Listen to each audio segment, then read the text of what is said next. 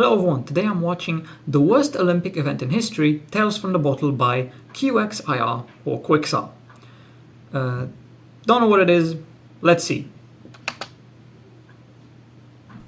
Today I would like to share with you a tale I first stumbled across on Wikipedia. To this day it is the best thing I've ever read on Wikipedia. I'm talking about the 1904 Summer Olympics men's marathon. 1904, geez, so that's 120 years ago now. Good God. Sounds pretty boring, but you'd be wrong.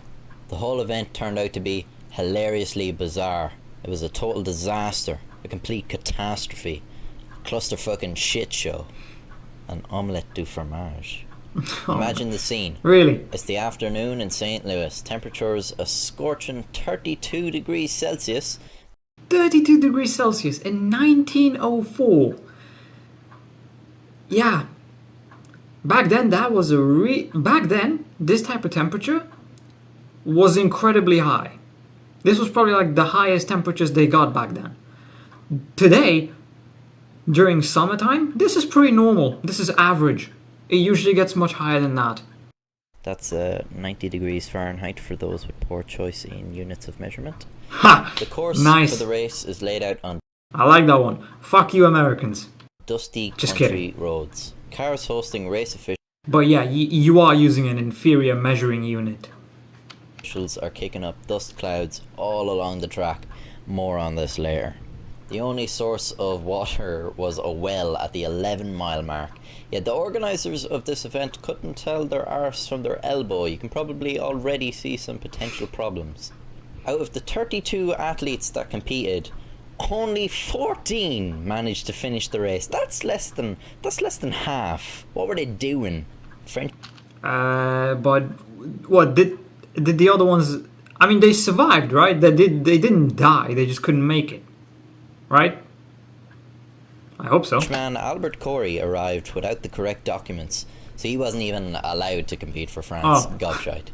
For some reason, they I am French. Please let me. What does that say? Row?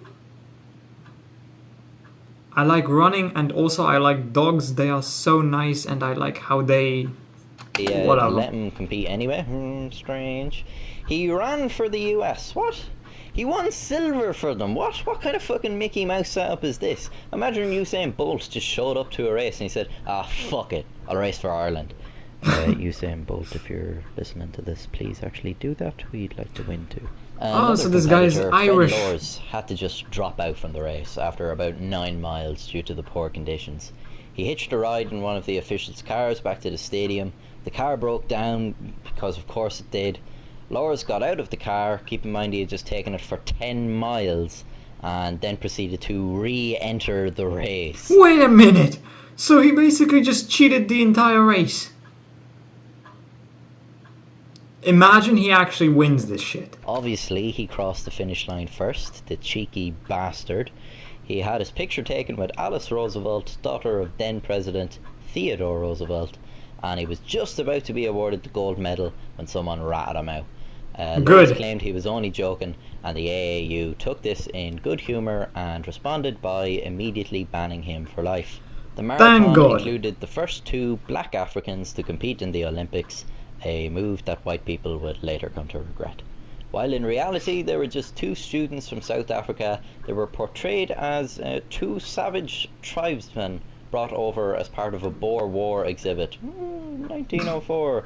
Yamasani finished in 12th place and Len Tao finished in 9th. This was regarded as a disappointment, as many observers were sure Len Tao could have done better if he had not been chased nearly a mile off course. He got chased off by dogs. A Cuban postman nearly missed the entire thing.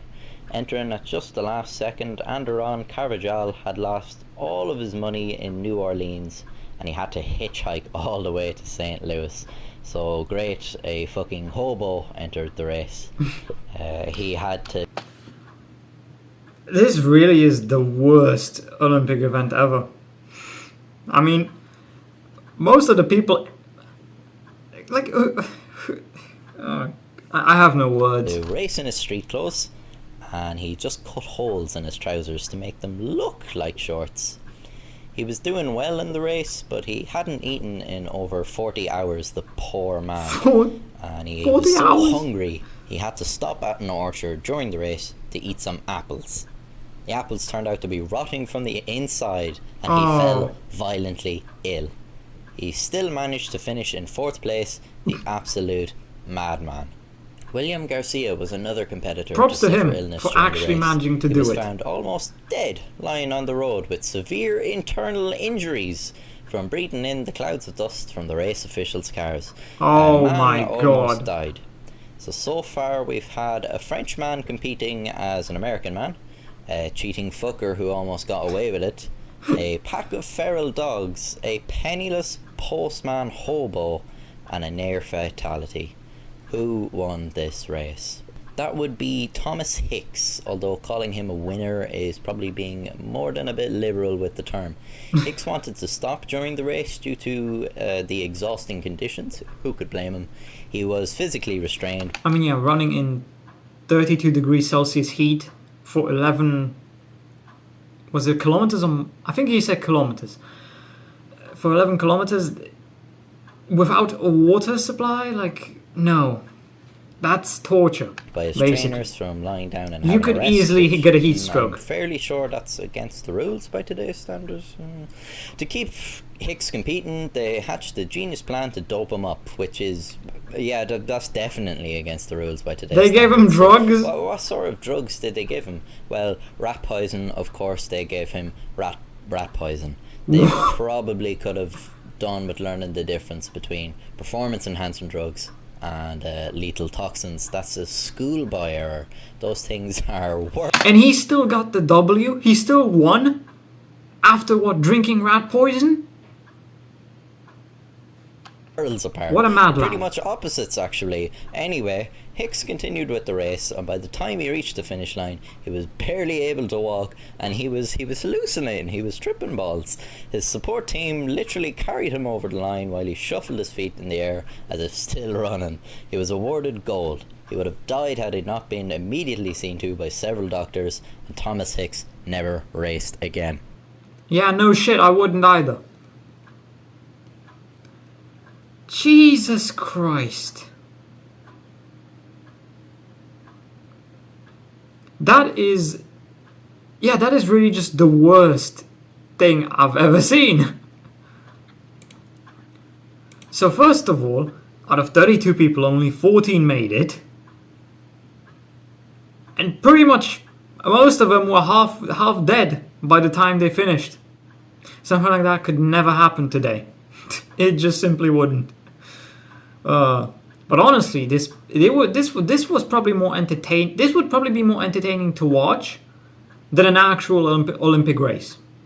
Well, anyway, like, subscribe, comment. Link to my Discord is down in the description below, so check that out if you want. And I'll see you in the next video.